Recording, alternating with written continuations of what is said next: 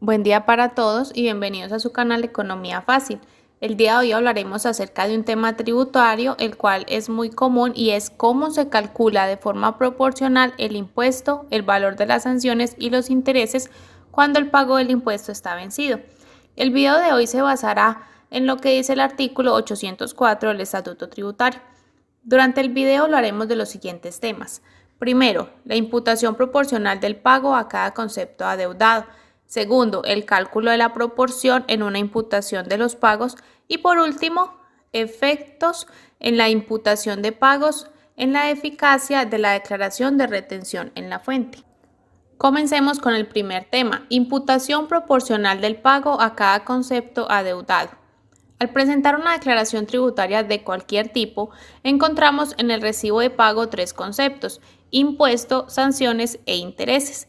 El artículo 804 del Estatuto Tributario, en su primer inciso, señala lo siguiente: los pagos que por cualquier concepto hagan los contribuyentes, responsables, agentes de retención o usuarios aduaneros en relación con las deudas vencidas a su cargo deberán imputarse al periodo e impuesto que estos indique en la misma proporción en la que participan las sanciones actualizadas, los intereses, los anticipos, impuestos y retenciones dentro de la obligación total al momento del pago.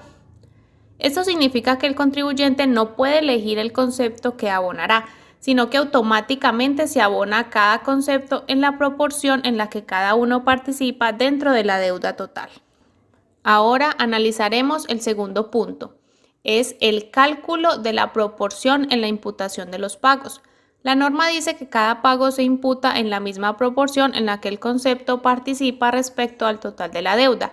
En este caso, la totalidad de la deuda es el 100%. Por lo tanto, cada concepto se calculará sobre ese 100%, es decir, sobre el valor total del impuesto. Veamos un ejemplo de esta situación. Aquí en este pequeño cuadro vemos un ejemplo de lo que sería el pago de un impuesto con sanción más intereses de mora. Aquí vemos que el impuesto sería 80 millones, los intereses de 5 millones y las sanciones de 15 millones. Nos da un gran total de 100 millones.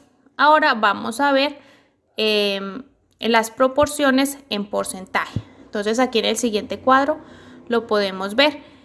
En las matemáticas se toma el 100% como el total de todo.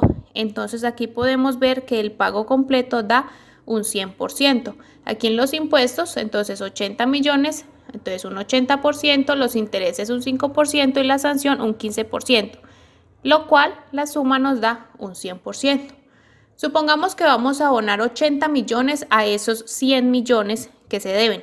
Entonces la proporción del pago quedaría de la siguiente manera, como vamos a ver en el cuadro.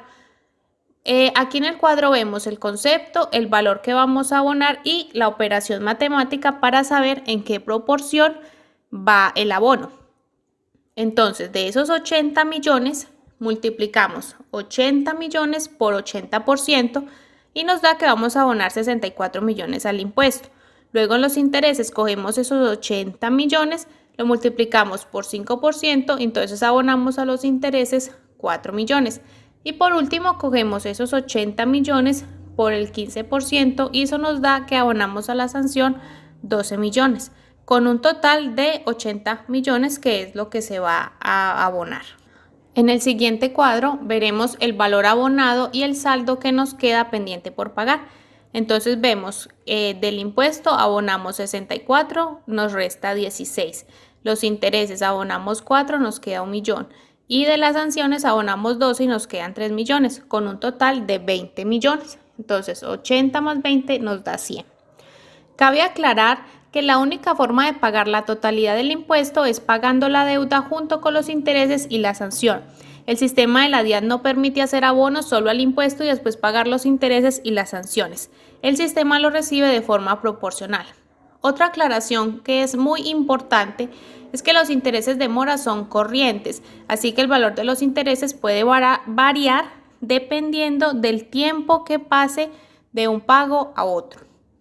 El siguiente tema que vamos a tratar son los efectos de la imputación de pagos en la eficacia de la declaración de la retención en la fuente.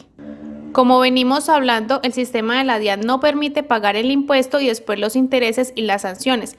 Este sistema lo hace de forma proporcional, así que debemos ser muy cuidadosos al momento de hacer estas proporciones, porque si queda mal hecha y no se produce el pago total de la declaración de retención en la fuente, esta declaración queda ineficaz.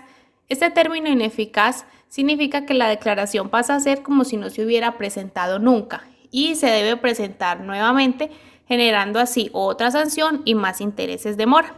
En el artículo 580 del Estatuto Tributario nos dice que se debe pagar el 100% del valor de la retención. Si nos equivocamos en un valor tan mínimo como 1.000 pesos, eso sería suficiente para que la declaración sea declarada ineficaz.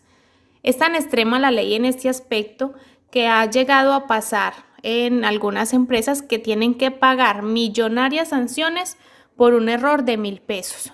Por esa razón, la recomendación es tener extremo cuidado al momento de liquidar el pago de las sanciones y de los intereses.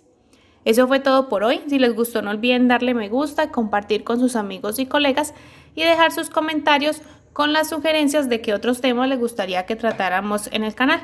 Nuevamente les agradezco y nos vemos en un próximo video.